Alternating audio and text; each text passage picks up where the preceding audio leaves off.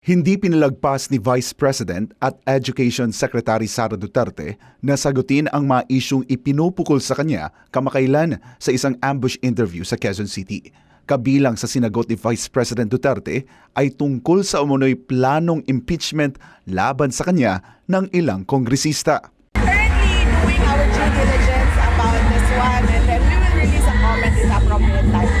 Pinabulaanan naman ng pangalawang Pangulo ang umano'y pagkakawatak-watak ng unit team.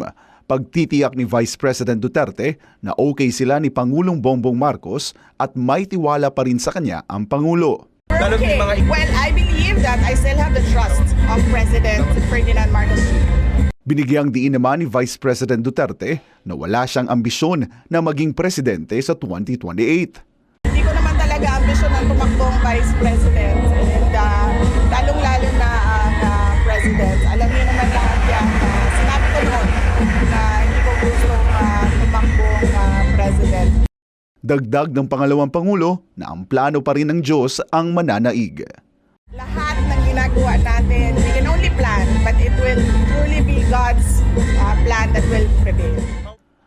Para sa Diyos at sa Pilipinas kumahal, ako si Jason Rubrico, SM9 News.